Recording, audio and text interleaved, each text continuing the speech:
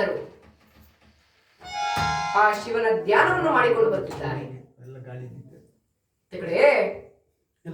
ಯಾವ ಪಾಂಡವರಾದರು ಅವರ ತಮ್ಮನಾದರೂ ಭೀಮ ನೋಡಿದ್ದಾನೆ. ಅಣ್ಣ ಅದೋ ನೋಡು, ದೂರದಲ್ಲಿ ಬರುತ್ತಿರುವವರು ನಮ್ಮ ಗುರುಗಳು ಅಲ್ಲವೇ?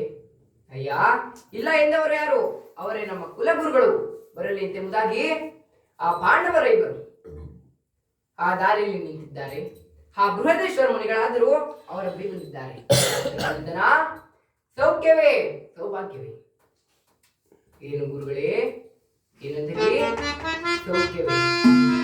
ಸಕಲ ಸಾಮ್ರಾಜ್ಯಾದಿ ಕೋಶಗಳನ್ನೆಲ್ಲ ತೊರೆದು ಈ ಕಾಮಿಕಾ ವನದಲ್ಲಿ ವನವಾಸ ಮಾಡುತ್ತಿದ್ದೇವೆ ಗುರುಗಳೇ. ನಮ್ಮಂತಹ ಕಷ್ಟಪಟ್ಟಂತಹ ರಾಜರು ಈ ಭೂಮಿಯ ಮೇಲೆ ಇಲ್ಲ. ಯಾವ ಬೃಹದೇಶ್ವರ ಮುನಿಗಳಾದರೂ ಹೇಳ್ತಿದ್ದಾರೆ, ನಿರ್ಮನಂದನ ಕೇಳು, ಹಿಂದೆ ತ್ರೇತಾಯುಗದಲ್ಲಿ ಗೋವಿಂದ ಶರ್ಮ ಮತ್ತೆ ಪ್ರಭುದತ್ತ ದೇವಿಗೆ ಜನಿಸಿದಂತಹ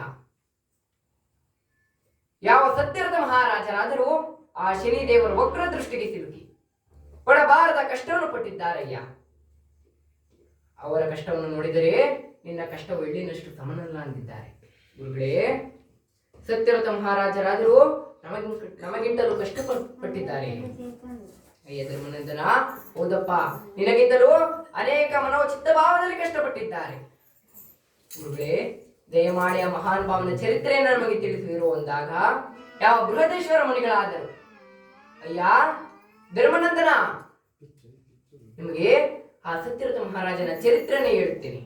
ಆದ ಕಾರಣ ನೀವು ಹೋಗಿ ಮಡಿಯಿಂದ ಒಂದು ಕುಳಿತುಕೊಳ್ಳಿ, ನಾವು ತದನಂತರದಲ್ಲಿ ನಿಮಗೆ ಆ ಸತ್ಯರಥ ಮಹಾರಾಜನ ಚರಿತ್ರೆ ತಿಳಿಸುತ್ತೇನೆ ಎಂದಿದ್ದಾರೆ. ಆ ಬೃಹದೇಶ್ವರ ಮುನಿಗಳ ಮಾತಿನಂತೆ ಯಾವ ಪಾಂಡವರಾದರು ಆ ಪಕ್ಕದಲ್ಲೇ ಒಂದು ಈಜುಕೊಳ, ಆ ಈಜುಕೊಳದಲ್ಲಿ ಮಿಂದು ನಾನು ಮಡಿಯನ್ನು ಹುಟ್ಟು ಆ ಬೃಹದೇಶ್ವರ ಮುನಿಗಳಿಗೆ ದರ್ಭಾಸನದ ಮೇಲೆ ಕುಳ್ಳಿರಿಸಿ ಕೇಳುತ್ತಿದ್ದಾರೆ ಗುರುಗಳೇ. ಈಗಲಾದರೂ ಆ ಮಹಾನುಭಾವನ ಚರಿತ್ರೆಯನ್ನು ನಮಗೆ ತಿಳಿಸಿದರು ಅಂದಾಗ ಆ ಬೃಹದೇಶ್ವರ ಮುನಿಗಳಾದರು ಆ ಪಾಂಡವರಿಗೆ ಆ ಸತ್ಯರಥ ಮಹಾರಾಜನ ಚರಿತ್ರೆಯನ್ನು ಹೇಳುತ್ತಿದ್ದಾರೆ.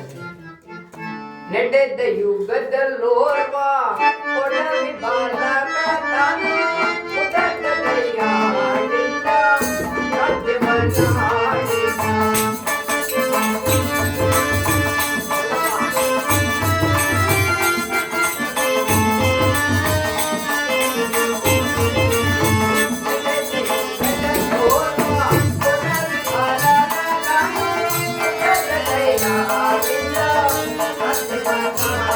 Yeah.